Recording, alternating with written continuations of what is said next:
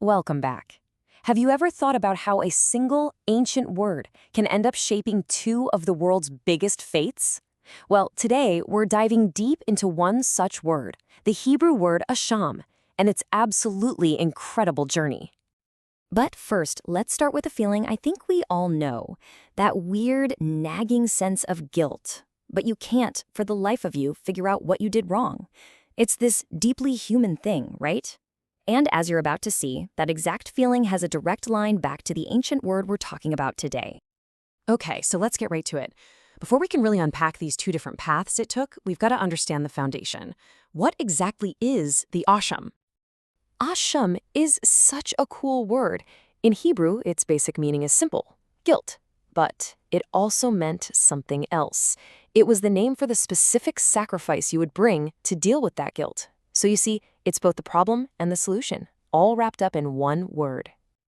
And right here, from this one word, we get two totally different paths branching off. On one hand, the Asham is a very real, physical, ritual sacrifice. On the other, it becomes this huge metaphor for redemption itself. Let's start with that first path, the sacrifice. So we're going to go back to ancient Judaism, where the Asham was a specific offering you'd bring to the temple. But here's the twist. It wasn't for a sin you knew you committed. Nope, it was for something much foggier. It was for doubt. This was called the Asham Talúi, which you could kind of translate as a suspense offering. I love that. Think of it as insurance for your soul. It wasn't for a definite sin, but for a sin you might have committed. The not knowing was the whole point. So how did this actually play out? Well, let's use a classic example. Picture this. You've got two pieces of fat in front of you. One is totally fine to eat, the other is forbidden. You eat one, but you have no idea which one it was. Ugh, that nagging what-if feeling, that's what the Asham Talúi was for. It covered the possibility of sin. Now, if you found out later that, yep, you ate the forbidden one, then you'd have to bring a whole different sacrifice, the standard one for a known sin. And listen, this isn't just something scribes came up with later. It is spelled out right there in the book of Leviticus.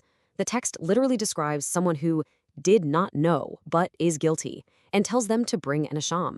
It just goes to show you how seriously they took the spiritual weight of just being uncertain. So you've got this really specific, really powerful ritual concept. But it makes you wonder, what if you flip the whole idea on its head? What if the story wasn't about a person bringing an Asham, but about a person becoming one? And asking that question takes us into a completely different universe, theologically speaking. This shift becomes even more powerful when you remember that the temple in Jerusalem, the only place you could offer these sacrifices, was eventually destroyed. That created this void, you know? It demanded new ways of thinking about atonement. And this is where we see that huge pivot. The Asham stops being an animal and becomes a person. For Christian theology, this whole idea comes from the writings of the prophet Isaiah. He paints his picture of a suffering servant who Christians believe is the Messiah, whose entire life becomes an Asham, a guilt offering for everyone else. It's the same word, but the subject is completely changed. This reinterpretation it's deep. It's not just saying the Messiah's death works like an animal sacrifice to cancel out guilt. No, the idea is way more radical. The belief is that he actually takes on the full weight, the full consequence of guilt itself. He absorbs it. He becomes it. So what's the end result of an act like that? Well, in this view, if the Messiah becomes the guilt offering and is then sacrificed, then guilt itself is, well, it's defeated. And by extension, all the things that come with it, shame, sorrow, curses, they're all considered finished, dealt with, once and for all. So there you have it. Two really powerful, but really different ways of understanding the exact same word.